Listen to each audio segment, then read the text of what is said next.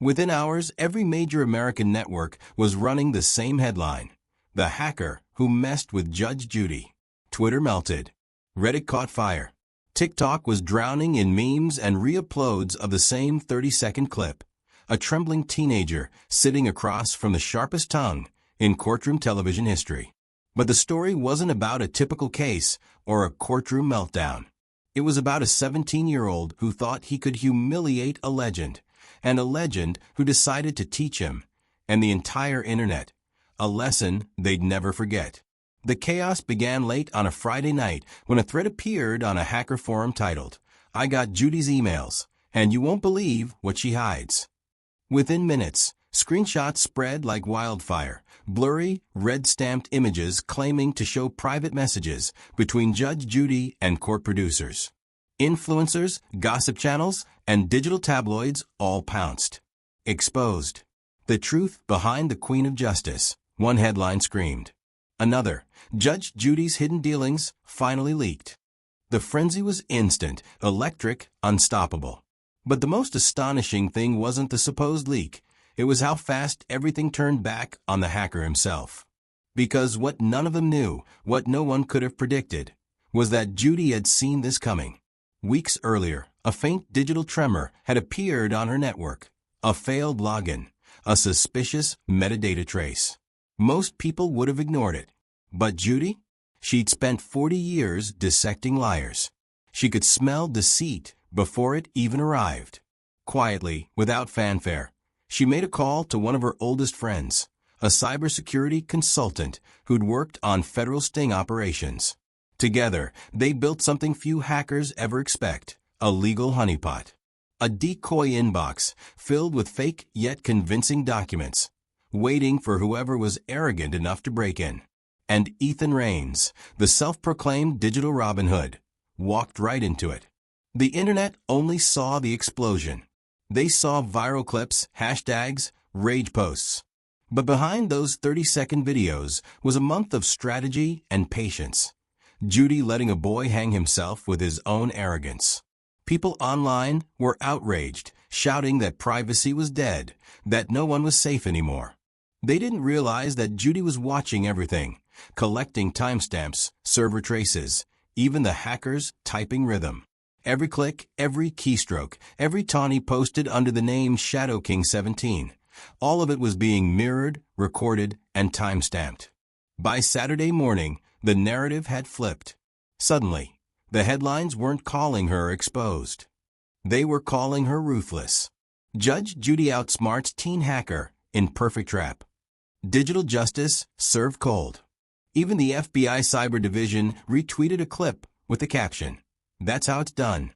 And as millions of Americans scrolled through the story over their morning coffee, one thing became clear. This wasn't just another celebrity scandal. This was justice adapting to the modern age. Still, the full truth hadn't surfaced. The public thought Judy had caught him through lawyers or tech experts. They didn't realize what was really coming, that her response wasn't legal, it was psychological.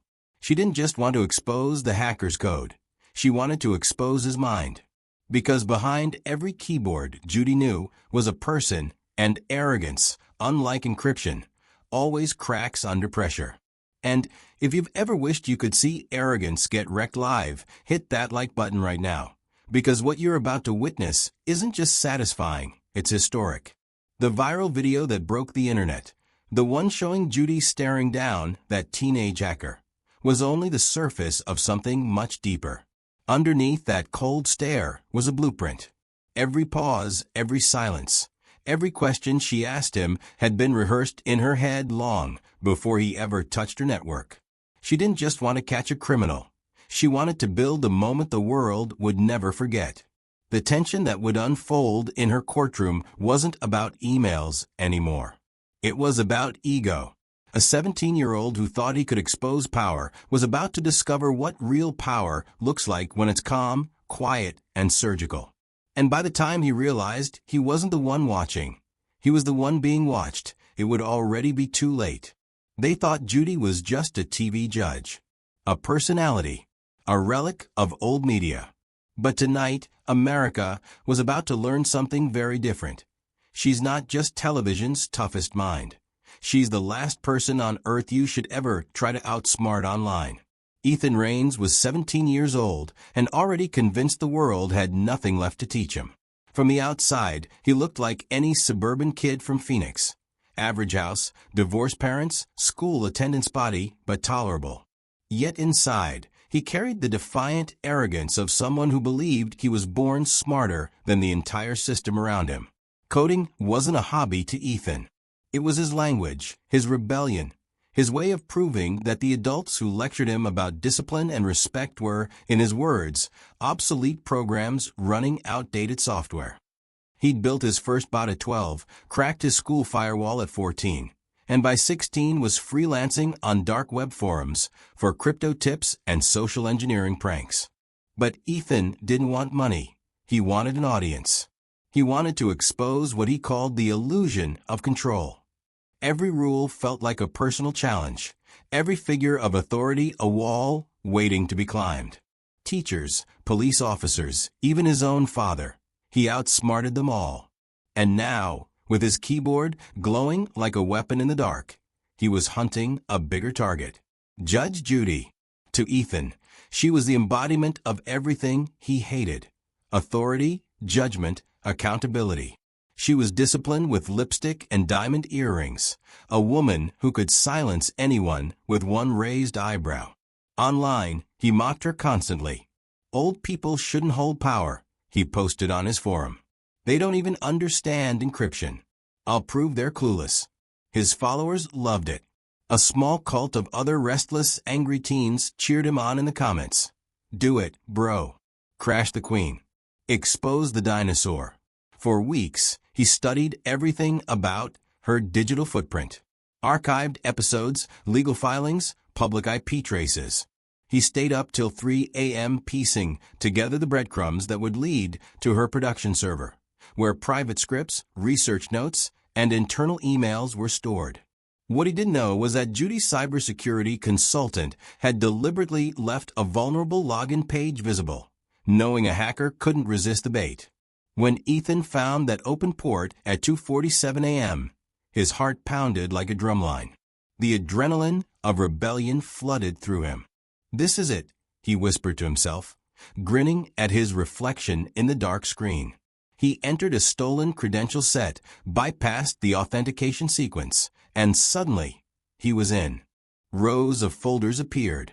One labeled Private Correspondence, another titled Confidential Case Files. To him, it was victory incarnate. He'd just breached the digital fortress of the most feared judge in America. He could already imagine the headlines. Teen hacker exposes TV judge hypocrisy. The dopamine rush made him careless. He didn't mask his location perfectly. He didn't realize his movements were being mirrored and recorded in real time.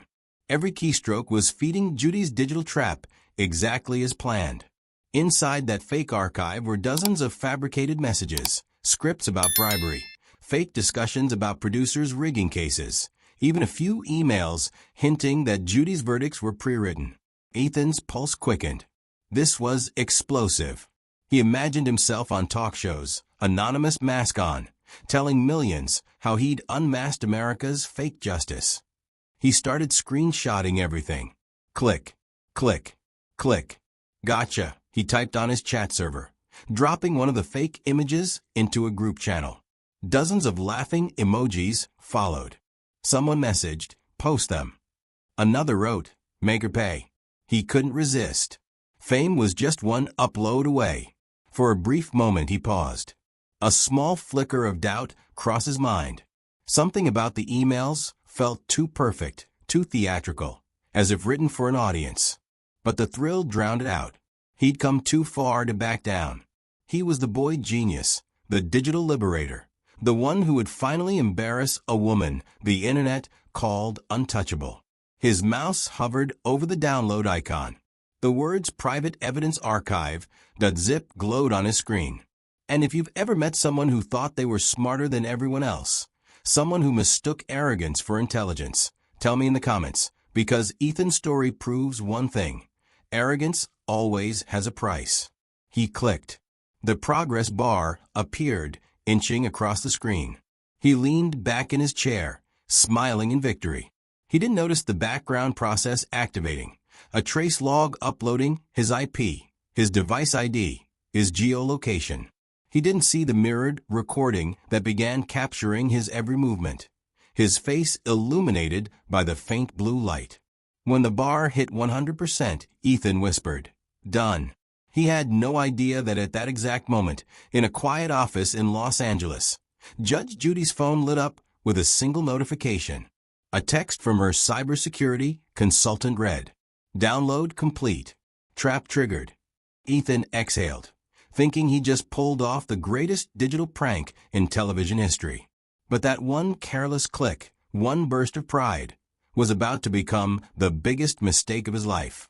For 2 straight days, Ethan basked in the glow of online infamy. He was the hero of his own rebellion, the digital David who'd supposedly toppled a media Goliath. Every post he made dripped with arrogance. Justice is just a script. The Queen has no clothes. Tune in Sunday for the truth about TV's biggest fraud. His follower count tripled overnight. Commenters called him brave, bold, revolutionary. But like every storm that starts with noise, this one was about to meet the kind of silence that makes thunder afraid to echo. Because while Ethan was bragging online, Judge Judy was quietly building an ambush. Her cybersecurity team, a group of former law enforcement and digital forensic experts, was already deep inside Ethan's digital trail. The operation was led by Marcus Hale, an ex-FBI cyber analyst, known for tracing hackers by the rhythm of their typing. He'd mapped Ethan's online behavior down to the millisecond. Every login, every ping, every hidden folder he touched had been mirrored, cataloged, and packaged neatly for what Judy called Presentation Day. Judy didn't make public statements. She didn't deny the leak, didn't tweet a rebuttal, didn't even acknowledge the noise. The media expected outrage, but she gave them stillness. In interviews, when journalists asked if she was worried, she simply said, "I've spent 40 years catching liars. A teenager behind a keyboard doesn't scare me." That calm unnerved the internet more than any threat could have. Because when Judge Judy is quiet, it's never peace, it's pressure building behind glass. While Ethan counted down to his self-proclaimed live leak stream, Judy was preparing something he could never predict, a televised cyber ethics hearing. It wasn't about lawsuits or public statements. It was about control. She wanted him to come to her, on her terms, in her courtroom, under her lights. A legal producer quietly reached out to Ethan's contact email, pretending to be an independent journalist, offering him the chance to defend his findings. The offer: an appearance on a televised panel about digital transparency and justice.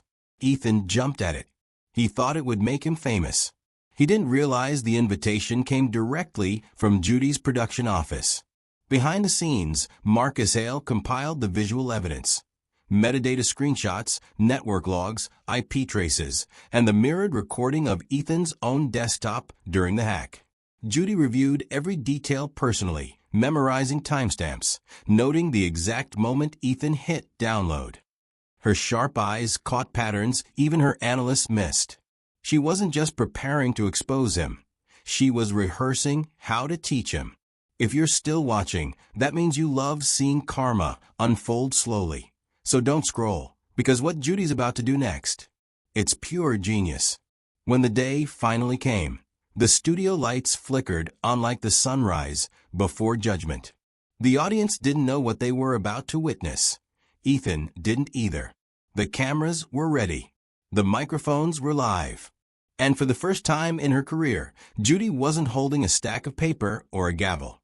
She was holding a folder full of printed screenshots, his code, his confessions, his arrogance, now neatly bound as evidence. The silence was over. The storm had arrived. Ethan walked into the studio courtroom like he owned it. Hoodie up, hands stuffed into his pockets, that same careless grin that had earned him thousands of followers online. The lights hid his face, but he didn't flinch. He'd rehearsed this moment, the one where he'd face the dinosaur, and expose her to millions. He thought this was his stage, a victory lap dressed as an interview. What he didn't know was that the woman sitting behind the bench wasn't there to debate. She was there to dissect. Judge Judy didn't rise or adjust her glasses when he entered. She just watched. Her silence filled the room heavier than any gavel could. Ethan took his seat across from her, his smirk still holding, but it wavered the second he saw how calm she looked, like a surgeon before an operation she'd performed 1,000 times. She began softly. "Mr. Rains," she said, voice steady and polite, "why don't you explain how you acquired my emails?" Ethan leaned back, pretending confidence was armor. "Simple," he said. "You made it easy. Your servers were unsecured. I didn't steal, I revealed." He smiled at the cameras, like a content creator delivering a punchline. But Judy wasn't smiling. "Interesting," she murmured. "Before you continue, could you please confirm something for the record?" He raised an eyebrow. "Sure." Her tone hardened slightly. "Your online handle is ShadowKing_17, correct?" The pause stretched for half a second too long. Ethan swallowed. Yeah. Why?" The room darkened slightly as a monitor flickered to life. On the screen appeared a stream of messages, every private post, every brag, every time-stamped log of Ethan's so-called victory. Forum threads from his account filled the projection. "I cracked her files. She'll never trace me. I'm smarter than that old fossil." The audience gasped. Ethan froze. The screen scrolled faster, revealing his download logs, screenshots of his own desktop, and the proof that every click he'd made during the hack had been mirrored. Judy's cybersecurity team had captured it all, live, 2 days before he even bragged online. "Let me explain," Ethan stammered, his voice cracking. "That's out of context." But Judy didn't blink. Context is unnecessary when the evidence speaks for itself. The color drained from his face. His smirk vanished. His legs started bouncing under the table. The boy who strutted in as a digital crusader was unraveling in front of millions. And if you're sitting there grinning because justice feels so good, you know what to do. Smash that like button harder than Judy just smashed this hacker's ego. Ethan's eyes darted from the screen to Judy, searching for mercy that wasn't there. "You spied on me," he whispered, voice barely audible. She tilted her head, that razor-sharp smirk finally forming. "No, Mr. Rains. You volunteered the evidence. You handed it to me in real time." The audience erupted in stunned laughter and applause. The hacker who thought he'd cornered the queen had walked straight into her trap. But Judy wasn't done. The satisfaction in her tone vanished as she leaned forward, eyes cold and focused. "Mr. Rains, I have one final question. Before you answer, understand, this one comes with consequences." The tension thickened, like fog. Ethan's breathing quickened. Because Judy wasn't just holding his mistakes on a screen anymore. She was about to spring a trap within a trap. Ethan's voice cracked under the studio lights. "I never leaked anything," he insisted, palms open as if begging the audience to believe him. "I found those files, but I didn't post them. Someone else did." His arrogance had melted into desperation, yet his tone still clung to denial. He leaned forward, trying to sound logical. "You have no proof I was the one who sent them out." Judge Judy didn't argue. She didn't even look at him at first. Instead, she adjusted her glasses, turned toward her laptop, and clicked a single file on the screen. The monitors in the courtroom flickered for a moment, then displayed something unusual, a desktop interface that wasn't hers. A pointer began to move across it, slowly, smoothly, hovering over folders, then clicking one named Evidence_Archive. The audience murmured, confused. Ethan's brow furrowed. Then it hit him. The cursor wasn't moving because Judy was controlling it. It was his own. His laptop, the one supposedly offline and secure, was active, transmitting live to the courtroom. The mouse shook slightly on the big screen, betraying the panic of its owner. Every eye turned toward him. He froze, his lips parting in disbelief. "Wait, what?" How is that? Judy looked directly at him, calm as marble. Son, she said, voice steady and cold, I left that file open on purpose. You just walked into your own evidence. The silence that followed was deafening.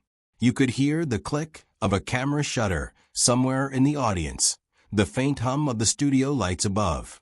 Ethan's face drained of all color. His hands trembled on the table. Impossible, he whispered, shaking his head. You can't. But the screen didn't lie. The live feed showed every frantic attempt he made to close the connection, every file he tried to hide, every frantic keystroke. Marcus Hale, the ex-FBI analyst, stepped forward from the corner of the room and spoke into the microphone. The connection you just saw was established from Mr. Rain's personal device, using the same credentials he used during the original breach. We've been monitoring the session for 48 hours. Gasps rippled through the audience.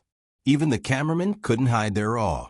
Judy leaned forward slightly, her expression unreadable. Mr. Rains, you came here to expose a judge, but you ended up exposing yourself. The words landed like a verdict. And if that gave you chills, drop a fire emoji in the comments, because this is the kind of moment that makes America believe in real justice again. Ethan slumped in his chair, staring at the floor. His live stream, the one he'd scheduled to broadcast his exposé, suddenly blinked offline. His followers were watching from home, their chat feeds flooding with disbelief and betrayal. Screenshots of the courtroom filled social media within seconds. Hashtag JudgeJudyTrap, hashtag HackerCaughtLive, hashtag Digital Karma. The boy who wanted to humiliate a judge had just become the biggest humiliation in legal television history. The live stream shut down. His fans disappeared. And in that cold, unblinking silence, Ethan Rains learned what millions already knew. You don't play games with Judge Judy. Because she never plays back.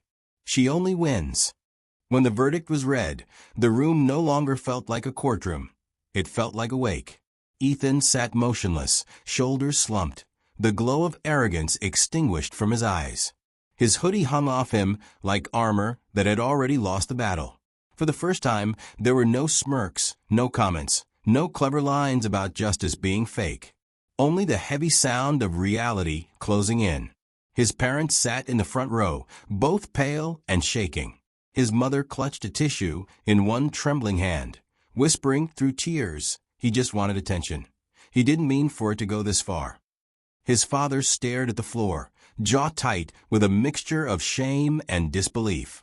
No parent ever thinks the same hands that once built Lego towers would someday be building back doors into someone else's life. But there they were, watching their son, their brilliant, impulsive son, standing in front of one of the toughest judges in America, awaiting judgment not just for a crime, but for a lesson. Judy didn't raise her voice. She didn't need to. When she spoke, the silence obeyed her. Mr. Rains, she began, tone precise and unhurried. You try to invade my privacy to feel powerful. You wanted the world to see you as a disruptor, a symbol of rebellion. But the only power that matters is responsibility. Ethan's chin trembled, but he didn't speak. He couldn't. You thought the internet was your kingdom. You thought anonymity was your shield. But you forgot something important. The internet doesn't erase consequences. It amplifies them. She paused, letting the words echo. You built your reputation on deception. I suggest you start rebuilding it on integrity. There was no fury in her delivery, no theatrical rage. Just cold, steady intelligence, the kind that burns deeper than shouting ever could. This wasn't vengeance, it was education. She turned slightly toward the bailiff, then back to Ethan. For your age, the law gives me room to show leniency. For your intent, it gives me none. So here's what I'm going to do. Ethan lifted his head, barely breathing. You'll receive 2 years of supervised probation.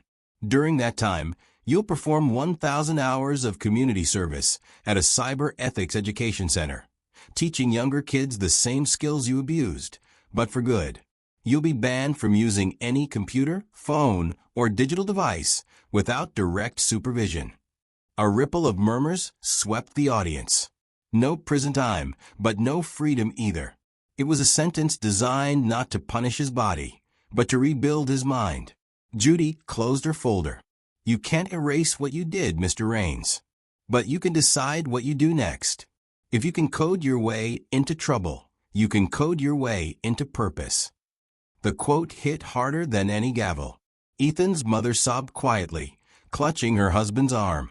Even the cameraman seemed still, sensing that they were recording something more than entertainment. They were capturing redemption.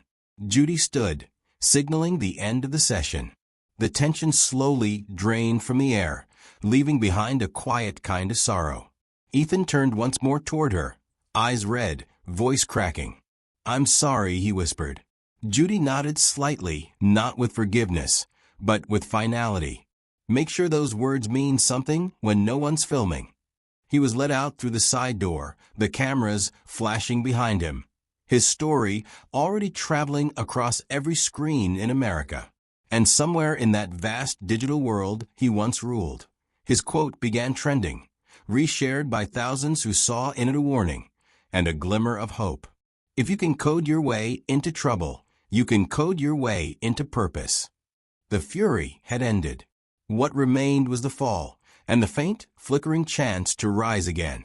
By dawn the next morning, the internet was already ablaze. Hashtag Judge Judy Hackdown. Hashtag Digital Karma. Hashtag Justice Online. 3 hashtags. One story. One woman who just turned a courtroom moment into a digital legend. Clips of Ethan's humiliation flooded every corner of social media. TikTok loops replayed the exact second Judy's trap unfolded, the live cursor moving on the screen, the shock freezing on his face. Memes exploded. When you think you're the hacker, but Judy's already hacked you. Reddit threads called it the most iconic takedown in courtroom TV history. Twitter, or what was left of it, renamed her the cyber judge. Even major tech influencers, the same ones who once mocked her, now praised her precision. The nation couldn't stop watching. Cable networks ran split screens. On the left, Ethan's pale, broken expression. On the right, Judy's calm, unflinching composure. Commentators said her silence after the reveal was colder than any verdict ever televised. One newscaster said it best, in an age where lies go viral, this was the day truth trended higher. Across the country, coffee shops buzzed with the same conversation. Parents showed their teens the clip as a cautionary tale. Teachers played it in classrooms during Digital Ethics Week. People said it felt good, finally seeing intelligence, discipline, and old-school wisdom crush arrogance and online bravado. Judy had become more than a judge again. She'd become a symbol, not just of law, but of accountability in the age of chaos. Ethan, on the other hand, became a meme, his name synonymous with hubris. Clips of him saying, "You can't catch me," were stitched with the sound of a computer error tone. A viral TikTok filter turned his face into a digital caution sign. The internet that once applauded him had turned him into a warning label. But Judy didn't gloat. In a follow-up interview, when asked if she took satisfaction in the moment, she said, "No satisfaction. Only balance. Arrogance met accountability. That's all." And that's what made it viral all over again. She wasn't chasing attention. She was embodying truth. If this story made you proud to see justice outsmart arrogance, don't just sit there. Hit that like button right now. Comment Justice Online if you think Judy's trap was legendary. And subscribe, because next week we're covering the senator's son who tried deleting his own criminal record. And Judy's response might just break the internet again. The clips kept rolling for weeks.